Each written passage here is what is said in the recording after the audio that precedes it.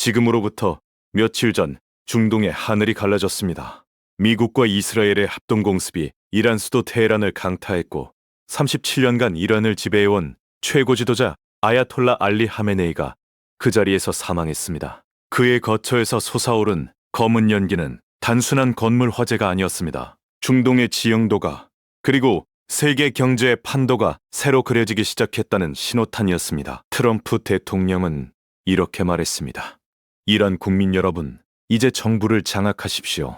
그 한마디와 함께 전 세계가 숨을 멈췄습니다. 시작하기에 앞서 구독과 좋아요 눌러주시면 영상 제작에 큰 힘이 됩니다. 그리고 지금 이 순간 여러분이 반드시 알아야 할 것이 있습니다. 이것이 단순히 먼 나라 이야기가 아니라는 사실입니다. 이 사태는 지금 이 시각 대한민국 경제를 향해 똑바로 날아오는 미사일입니다. 먼저 호르무즈 해협이 어디인지부터 이야기해야 합니다. 페르시아만의 입구, 이란과 오만 사이에 자리 잡은 이 좁은 해협은 폭이 가장 좁은 곳에서 고작 33km밖에 되지 않습니다. 그러나 이 손바닥만 한 바닷길을 통해 매일 전 세계 석유 공급량의 약 20%가 통과합니다. 사우디아라비아, 쿠웨이트, 이라크, 아랍에미리트, 카타르의 원유가 모두 이 길목을 거쳐 세계로 퍼져나갑니다. 누군가 이 길목의 자물쇠를 채우는 순간 지구 경제 전체가 멈춰서기 시작합니다. 그리고 이란 이슬람 혁명 수비대는 하메네이 사망 직후 정확히 그 선언을 했습니다. 호르무즈 해협 봉쇄를 시행하고 있다. 현지 언론은 해협이 사실상 폐쇄됐다고 보도했습니다. 일부 선박들은 이란 해군의 교신을 받고 즉시 항로를 바꿨습니다. 국제해사기구는 전 세계 선박들에게 호르무즈 해협을 피하라고 권고했습니다. 지금 세계는 오일 쐐크 직전에 서 있습니다. 여기서 한국 이야기를 해야 합니다. 대한민국이 수입하는 원유의 약 70%가 중동에서 옵니다. 천연가스의 최대 30%도 마찬가지입니다. 이 두 자원이 한국 전체 에너지 소비의 56% 이상을 차지합니다. 한국은 원유를 한 방울도 생산하지 못하는 나라입니다. 전량을 수입에 의존합니다. 그 수입 물량의 대부분이 지금 봉쇄 위기에 처한 그 해협을 통과합니다. 미국 싱크탱크 스팀슨 센터의 제임스 김 한국 프로그램 국장은 이렇게 경고했습니다. 분쟁이 호르무즈 해협 통행에 장기적인 영향을 미친다면 한국은 전력 공급 유지뿐 아니라 글로벌 공급망에서 제품을 생산하고 수출하는 역량 자체에도 상당한 타격을 받을 가능성이 높다고 말입니다. 전력 공급, 수출 역량, 이 두 단어를 가볍게 넘기시면 안 됩니다. 한국이 전력을 생산하는 방식을 생각해 보십시오. 천연가스 발전이 전체 발전량의 상당 부분을 담당합니다. 원유가 끊기면 석유화학 공장이 멈춥니다.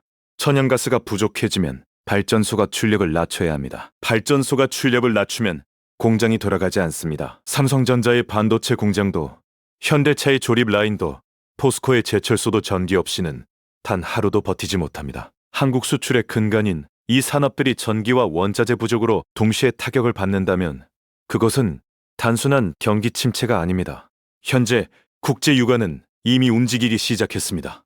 브렌트 유는 하메네이 사망 직후 배럴당 72달러 48센트를 기록하며 지난해 7월 이후 최고치를 찍었습니다. 주말 휴장 중 개인 투자자용 플랫폼에서 서부 텍사스산 원유는 일순간 배럴당 75달러 33센트까지 치솟으며 전날 대비 12% 급등했습니다. 벨룸버그 인텔리전스는 페렌트유가 단기적으로 배럴당 80달러까지 오를 수 있다고 전망했습니다. 갈등이 중동 전역으로 확산된다면 배럴당 100달러를 돌파할 수 있다는 경고도 잇따라 나오고 있습니다. 바클레이즈 에너지 분석팀은 선물 시장이 재개되는 날을 두고 최악의 상황에 처할 수 있다고 내다봤습니다. 호르무즈 통행 차질이 현실화되면 가격은 천장을 뚫는다는 것입니다. 유가가 오르면 한국 경제에는 무슨 일이 벌어질까요? 첫째, 수입 물가가 치솟습니다. 한국은 원유를 달러로 삽니다. 유가가 오르면 달러 수요가 늘어납니다. 달러 수요가 늘면 원화 가치가 떨어집니다. 서강대 경제학과 허준영 교수는 안전자산 선호로 달러 가치가 오르고 원유 가격까지 동반 상승하면 달러로 원유를 수입해야 하는 한국의 소비자 물가에 상당한 충격이 불가피하다고 지적했습니다. 쉽게 말해 기름값, 전기요금, 가스요금이 한꺼번에 오르고 이것이 모든 물가를 끌어올리는 연쇄 반응이 시작됩니다. 둘째, 해상 운임이 폭발합니다.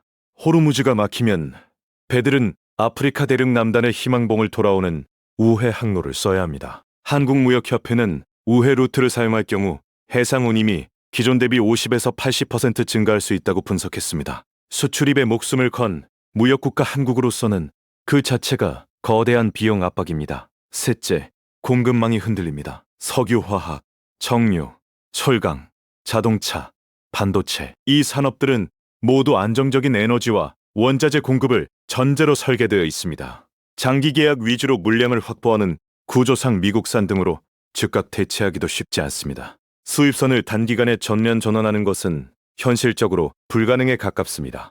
한국은행은 올해 국제 유가를 브렌트유 기준 평균 65에서 66달러 수준으로 가정해 물가와 성장 경로를 설정해 두었습니다.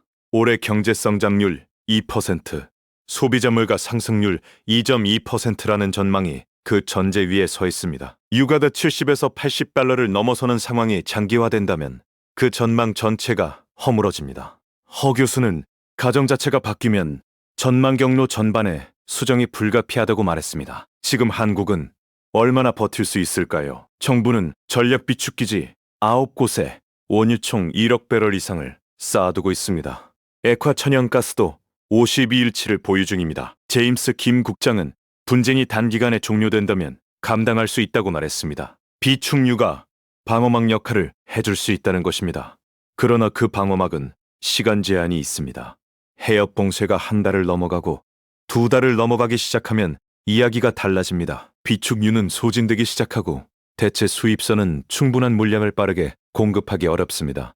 해상보험사들이 해당 해로의 안전 통행에 경고를 내리는 것만으로도 운임이 급등하고 선박들이 발을 뺀다는 것은 역사가 증명합니다. 에마, 애시퍼드, 스팀슨 센터 선임 연구원은 부분 봉쇄가 아니라 보험사들이 경계하기 시작하는 것만으로도 초기 유가 급등이 발생할 수 있다고 강조했습니다. 그 단계는 이미 진행 중입니다. 전쟁의 현황을 보면 낙관하기 어렵습니다. 이란 혁명 수비대는 하메네이 사망 직후 중동 곳곳의 미군 기지를 동시다발로 타격했습니다.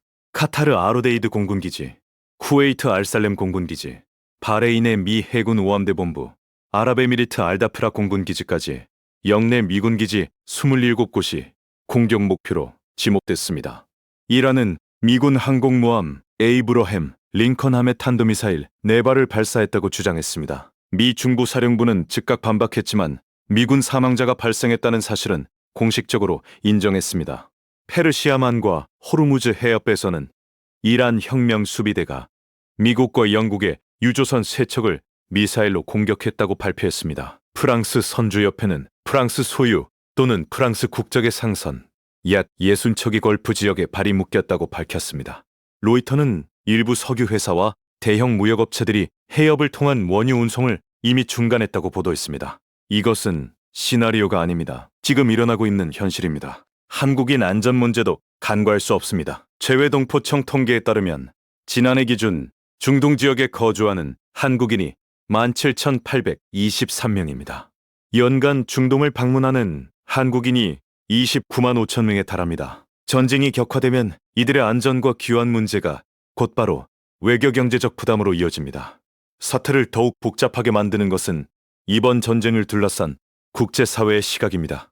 미국 스팀슨 센터의 크리스토퍼 프레블 선임연구원은 의회 승인이나 공개 토론 없이 진행된 이번 전쟁에 대해 위헌적이고 무분별하다고 강도 높게 비판했습니다.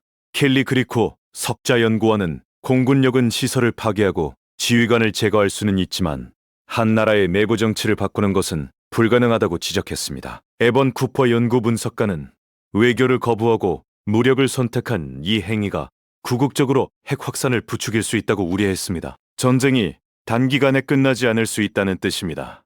이란 내부도 혼란스럽습니다.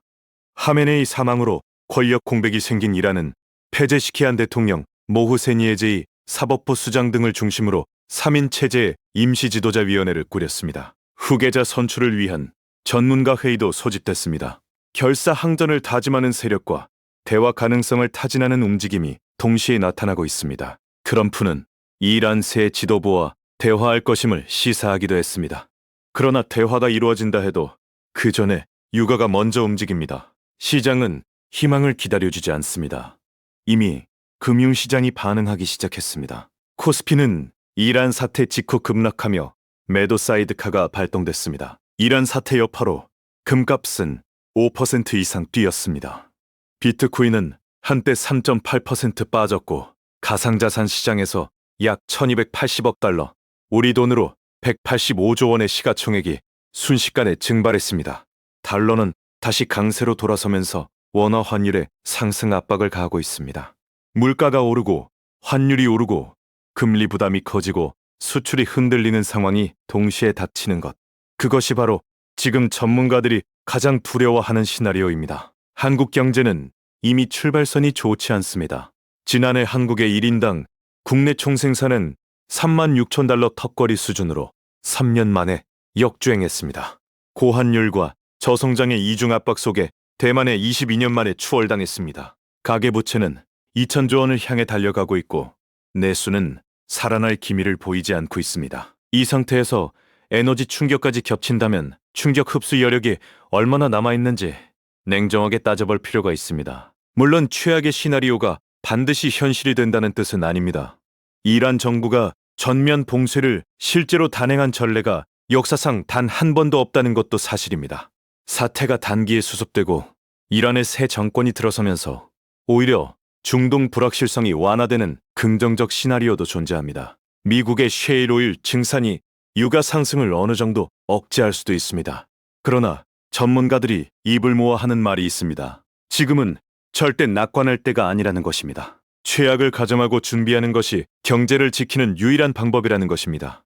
전쟁이 장기화될수록 호르무즈가 막혀있는 시간이 길어질수록 한국 경제가 감당해야 할 충격은 기하급수적으로 커집니다. 비축류는 시간을 버는 수단이지 근본 해결책이 아닙니다. 대체 수입선 확보, 에너지 효율화, 공급망 다변화, 이 모든 것이 당장 속도를 내야 합니다.